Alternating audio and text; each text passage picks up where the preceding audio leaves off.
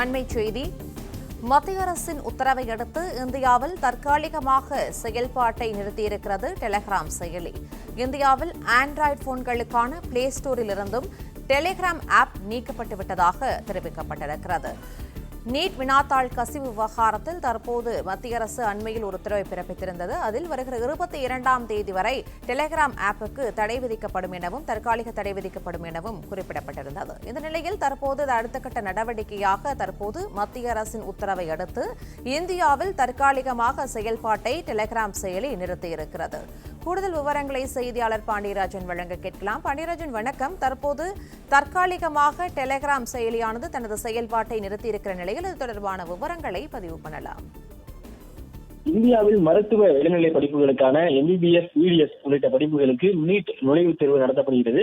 ஏற்கனவே ஒரு முறை நீட் நுழைவுத் தேர்வு நடத்தப்பட்ட நிலையில் அந்த வினாத்தாள் கசிந்ததாக சொல்லப்பட்டது. அதற்கு காரணமாக டெலிகிராம் செயலி மூலமாக வினாத்தாள் எளிதில் கசிந்ததாக சொல்லப்பட்டு இன்று டெலிகிராம் நிறுவனத்திற்கு தடை விதிக்க வேண்டும், தற்காலிக தடை விதிக்க வேண்டும் என்கின்ற ஒரு அறிவிப்பை மத்திய அரசு தெரிவித்திருந்தது.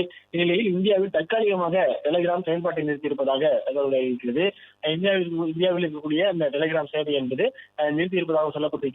பிளே ஸ்டோரில் இருந்து டெலிகிராம் ஆப் நீக்கப்பட்டிருப்பதாக சொல்லப்பட்டிருக்கிறது. மத்திய அரசின் உத்தரவை அடுத்து இந்தியாவில் தற்காலிகமாக செயல்பாட்டை டெலிகிராம் செயலி என்பது நிறுத்தப்பட்டிருக்கிறது. ஆண்ட்ராய்டு போன்களுக்கான பிளே ஸ்டோரில் இருந்து டெலிகிராம் ஆப் நீக்கப்பட்டிருக்கிறது. குறிப்பாக டெலிகிராம் செயலியை பொறுத்த வரைக்கும் எங்கிருந்து யார் என்ன மாதிரியான செய்திகளை அனுப்புகிறார்கள் என்பதை வெளிப்படையாக கண்டுபிடிக்க முடியாத அளவிற்கு பாதுகாப்பான ஒரு செயலியாக இருக்கிறது, அதாவது பயனாளர்களுக்கு மட்டும். ஆனால் இதுபோன்று பொதுத் தேர்வுகளுக்கான அந்த வினாத்தாள்கள் கசிவு என்பதை கண்டுபிடிக்க முடியாத ஒரு சூழலில் தற்போது இந்த டெலிகிராம் செயலியை நீட் தேர்வு நடந்து முடியும் வரைக்கும் தற்காலிகம் நிறுத்த வேண்டும் என மத்திய அரசு ஒரு கோரிக்கை வைத்திருந்தது. இதில்தான் டெலிகிராம் நிறுவனம் அவர்களுடைய அந்த செயல்பாட்டை இந்தியாவில் நிறுத்தியிருக்கிறார்கள். கூகுள் பிளே ஸ்டோரில் தற்போது டெலிகிராம் செயலியினுடைய பயன்பாடு என்பது இல்லாமல் இருக்கிறது. அது பிளே ஸ்டோரில் இருந்து நீக்கப்பட்டிருக்கிறது.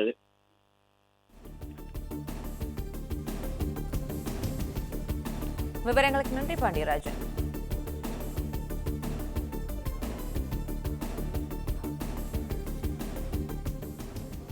பிளே ஸ்டோர் மற்றும் ஆப் ஸ்டோரில் இருந்து பாலிமர் செயலியை QR கோடு மூலம் பதிவிறக்கம் செய்யுங்கள்.